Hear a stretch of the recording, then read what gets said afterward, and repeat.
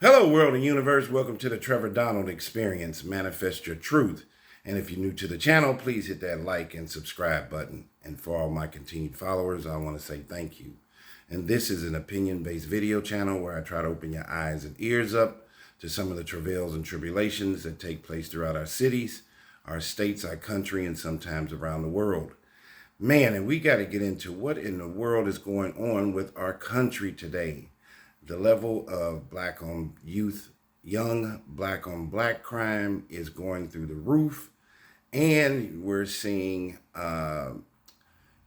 white males, young white males committing mass shootings again, whether it's at schools, churches, church gatherings, even Charlie Kirk's assassination in Utah at a public speaking event. Our country is going to hell in a handbasket, and the number of guns that are on the streets, the level of gun violence that is permeating across our country is leading us in a very unethical, immoral, and inhumane society.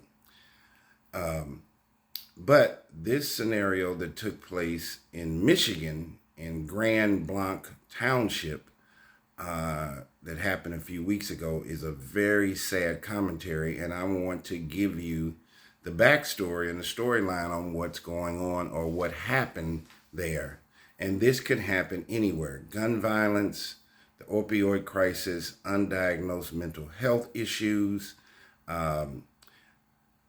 is becoming a panacea across our country. And this gentleman, with this mass shooting at this Mormon church, shows you that we are living in a time where we are having issues with conflict resolution and how to handle tough and stressful situations in our lives. And the other irony about this story is this gentleman was trained by our own country and had been in the armed services at some point, had even went to Iraq, and even Japan, did stints in Iraq and Japan as a military person. This gentleman had been a Marine. So this is one of America's own who was trained as a military person, an ex-Marine. And unfortunately, he took that skill set and decided to attack his own people in his own country. Mental illness is real. The opioid crisis is real. And we have to do something about this level of violence that's taking place. So let's get into this story. Suspect Thomas Jacob Sanford railed against Mormons before his church shooting. The former Marine, who police say attacked and burned a central Michigan house of worship, killing 4 people, had ranted against the Church of Jesus Christ of Latter-day Saints a week before his deadly assault. Thomas Jacob Sanford, he was 40 years old, went on a tirade against the church and called the Mormons the Antichrist. Chris Johns, a candidate for the local Burton City Council, told the newspaper Johns was canvassing when he knocked on Sanford's door and spoke with the ex-Marine days before the rampage took place in Grand Blanc Township in Michigan. He said it was very much standard anti-LDS, Latter-day Saints talking points that you would find on YouTube, TikTok, Facebook, John said, adding that he has spoken with local police and the FBI about his encounter with Thomas Sanford. Officials said Sanford rammed a GMC pickup truck bearing 2 American flags into the church on Sunday, September 28th, when he opened fire on hundreds of worshipers and used gasoline to set the building ablaze. He was killed in a gunfight with police. 2 people were fatally shot in the attack, and the bodies of 2 others were found hours later amid blackened debris of the destroyed building. Of those injured in the shooting, one person was in critical condition and 7 were listed in stable condition, authorities said. Investigators recovered improvised explosive devices after the attack, said James Deere, a special agent in charge of the Bureau of Alcohol, Tobacco, Firearms, and Explosives in the Detroit field office. Deere did not say where the devices were recovered. Officials at the September 29th news conference, including Michigan Governor Gretchen Whitmer and federal, state, and local law enforcement, did not provide any information about a possible motive or address Sanford's reported comments. In the tense aftermath of the shooting, officials also arrested a 21-year-old who allegedly tried to drive through the police barricade blocking the church on that Monday after the mass shooting and fire. So you got a 40-year-old white male and a 21-year-old white male. The attack was the latest to break out at a place of worship in recent years. Last month, a gunman opened fire at a Catholic church in Minnesota, where hundreds of young students were attending Mass, killing 2 children and wounding at least 17 other people. In the wake of Sunday's shooting, President Trump called for an end to what he described as an epidemic of violence in our country. There is an epidemic, and we need to wake up and pay attention to it. There is a high propensity of young black-on-black crime that is taking place in our urban cities, and you're seeing an uptick in mass shootings with young white males, as I said, at churches, schools, large gatherings, and even the assassination of Charlie Kirk on a Utah campus. What is going on in our world today? And we have to realize, and I use this saying all the time, you can't accept the fruit if you don't get to the root of the problem. And I also say in today's time and the level of immorality, inhumanity that we're seeing that is being displayed from one person to another, the way we cannot have conflict resolution or discussions on disagreements, it ends in violence. We are reaching a point where the unforeseen will become seen and the unbelievable will become believable. So, what else do we find out about this? The drone video shows the aftermath of the fire and the shooting. And the footage shows flames shooting from what is left of the Michigan church, with plumes of black smoke billowing into the sky above. Emergency vehicles, state troopers, and other law enforcement officials can also be seen surrounding the crime scene. So what is Thomas Jacob Sanford's criminal history? Grand Blanc Township Police Chief William Renier said Sanford had previously been arrested on charges including burglary and operating a vehicle while intoxicated. So those are not serious charges. He does not have a long laundry list of criminal activity or issues with law enforcement. Police did detain a man who approached the church with a long gun after Mr. Sanford's shooting spree.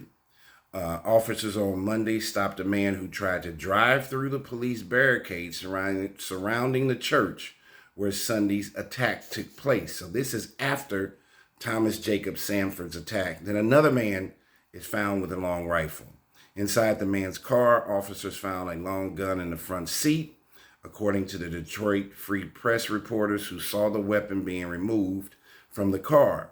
At a news conference, Grand Blanc Township Police Chief William Renier said a 21-year-old man was taken into custody and that officers were still in the process of investigating the incident. So this is a separate individual after the shooting on that Monday, after Sunday, on that Monday, a 21-year-old was found going through the barricade of the burned church and he was found with a long rifle, long gun in his car.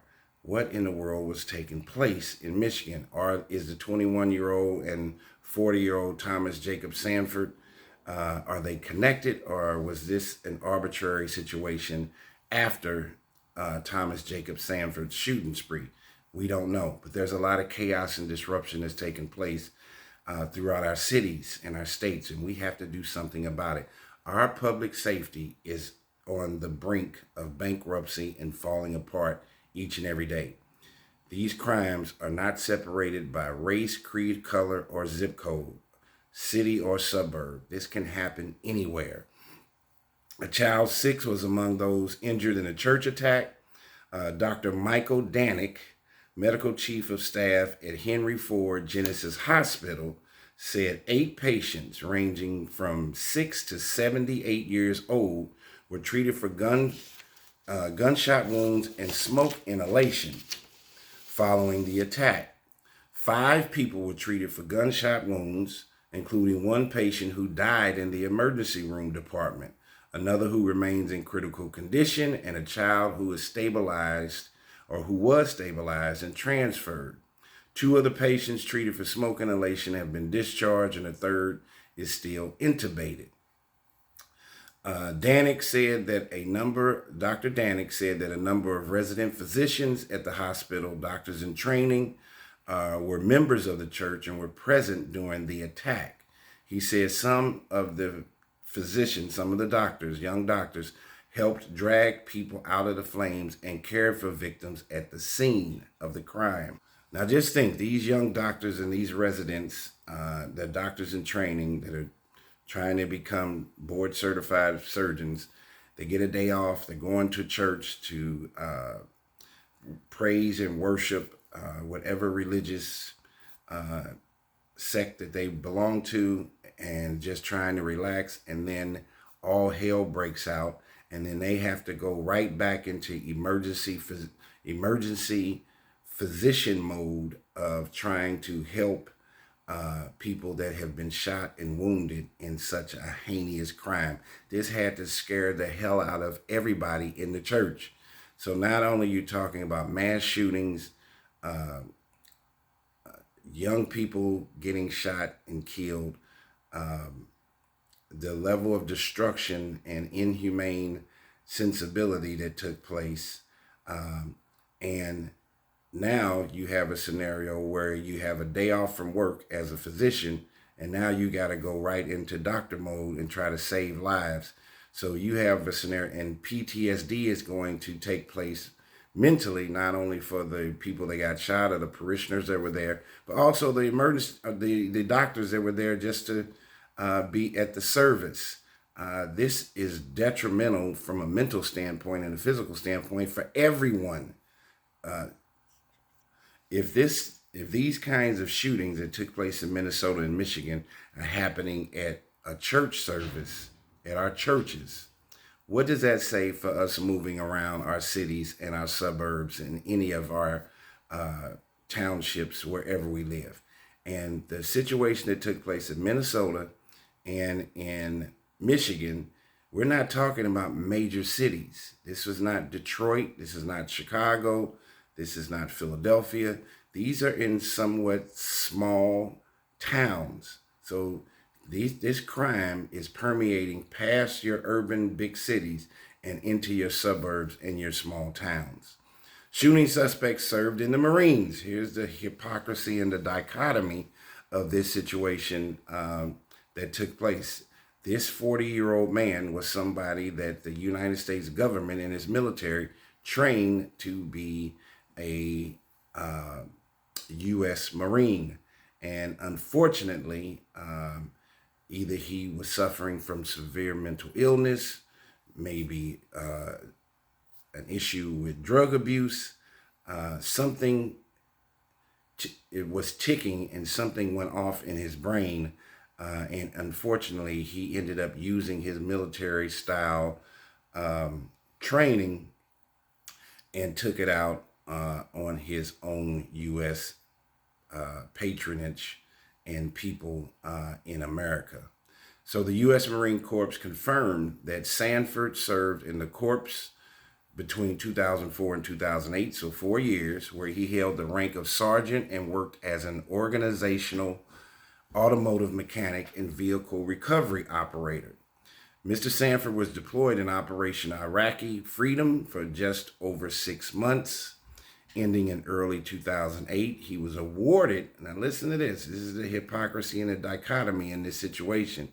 He was awarded the Marine Corps Good Conduct Medal, Sea Service Deployment Ribbon, Iraq Campaign Medal, Global War on Terrorism Service Medal, Global War on Terrorism Service Medal, however, and the National Defense Service Medal. So if you listen to those words, he ended up committing a U.S. terrorist act against a religious order that he didn't like and considered them to be devil worshipers in the Mormon church or Latter-day Saints church. But in the military, he won an award as the Global War on Terrorism Service Medal and the National Defense Service Medal. He's not committing national defense by committing a crime, or he's not protecting our national defense by committing a heinous crime on U.S. soil at a church in Michigan, and has a complete profound hatred for a particular certain group of people. So for him to win those medals in the military and then get out of the military and commit the crimes that are totally antithetical to the awards that he won, something had went awry in Mr. Sanford's brain. His last assignment was to a maintenance battalion in Camp Lejeune, North Carolina. And it also says how the shooting suspect went on an anti-Mormon tirade about a week before the deadly shooting at the Church of Jesus Christ of Latter-day Saints in Grand Blanc Township. The alleged gunman went on a tirade against the church and described Mormons as the Antichrist. According to Burton City Council candidate Chris Johns, Johns told the Detroit Free Press that he spoke with Sanford while he was canvassing in Burton. He described Sanford as an outgoing, polite, and extremely friendly person, and added that his animosity towards the church didn't seem violent when Sanford and Chris Johns had a conversation. John said that much of his conversation was standard anti-LDS talking points that you would find on any YouTube, TikTok, or Facebook page. He said that the candidate also said he spoke with Sanford about their children, the Second Amendment, Sanford's time in the military, and his issues with drug addiction. So they talked about each other's children. They talked about the Second Amendment. They talked about Sanford's time in the military. And then also the gunman, Mr. Sanford, had a drug addiction history. So that's what I keep telling you. There's certain pillars that you're finding in these situations. Untreated, undiagnosed mental illness, and many of these times you have a past opioid issue. Their conversation never veered into politics or current events, John said. There was no mention of anything right or left, blue or red, but Johns did say he spotted a Trump 2024 sign on the suspect's fence of his house. And not only with this situation in Michigan, but there's been a number of other attacks that have been taking place. Church attack among several mass shootings that have taken place over the last several weekends. The incident was one of a dozen mass shootings in Michigan this year, and the deadliest among 6 mass shootings reported in the U.S. Over the weekend. As of September 28th, there have been 324 mass shootings this year in the United States. According to the Gun Violence Archive, a nonprofit research group that defines a mass shooting as an incident where 4 or more people are injured or killed by gunfire, not including the suspect. Other violent incidences that erupted over the weekend include a mass shooting at a Riverside bar in North Carolina, where a gunman fatally shot 3 people and wounded 8 others. If you listen to this story, everything has to deal with our public safety in America, a first world country. We're supposed to be the leader, that our tax-paying citizens cannot move around in a healthy environment without worrying about somebody taking their lives in any kind of heinous or arbitrary way. So lastly, what do we know about gunman Thomas Sanford, the Michigan church shooting suspect? Sanford is of Berthoud, Michigan, about 8 miles north of Grand Blanc Township. He appears to have been a veteran of the U.S. Marines, according to his mother's social media posts and archive news reports. Sanford did stints in Japan and Iraq after graduating from Goodrich High School in 2003. He appeared to be an avid hunter and fisherman, according to photos posted on Facebook pages of his loved ones, including his girlfriend and mother. Photos show him in camouflage hunting gear with deer he had harvested and fish he'd caught while ice fishing. Sanford has one son, Brantley, who was born a decade ago and has some health issues. Mr. Sanford was registered to vote in Burton, Michigan, but available records did not show when he last voted. In Michigan, voters do not have to register by party, although Sanford's political views were unclear. Mr. Sanford is seen wearing camouflage Trump 2020 campaign shirts in a 2019 photo from a Facebook page dedicated to his son's medical journey.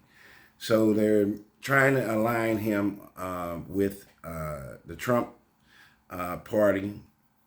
But irregardless, this scenario does not sound like it was a red or blue issue or liberal versus conservative or Democrat versus Republican. This man had a certain negative ideation towards a specific religious group. And unfortunately, it was the LDS, the Latter-day Saints, the Mormon church, and mental illness is real. It needs to be treated. Many of our military veterans that are coming back after doing their service for our country are not being treated well medically, psychiatrically, psychologically. They need help. The self-medication of street drugs, the opioid issue, when you combine mental illness and the street opioid crisis, you're looking for a volcanic eruption of mayhem that human beings are doing to other human beings, and the numbers are going through the roof. We're not seeing a decline in these heinous shooting sprees. We're seeing an increase, and something needs to be done. Our public safety is on the brink of falling apart each and every day. Our ethical, moral, and inhumane compass is going in the wrong direction. This was a very unfortunate situation. People cannot even go to church anymore. You would think that your church, your library, certain quiet spaces that our general public utilizes, our public libraries, our churches, you would think there would be a safe haven from this level of violence, but this violence is permeating and is not delineated by zip code, race, creed, color, city or suburb, church, school, library, park, anywhere. It is happening all over the place, and we're losing our humanity, and we're losing good people each and every day. This is a very sad story. Tell me what you think. This has been a Trevor Donald Experience.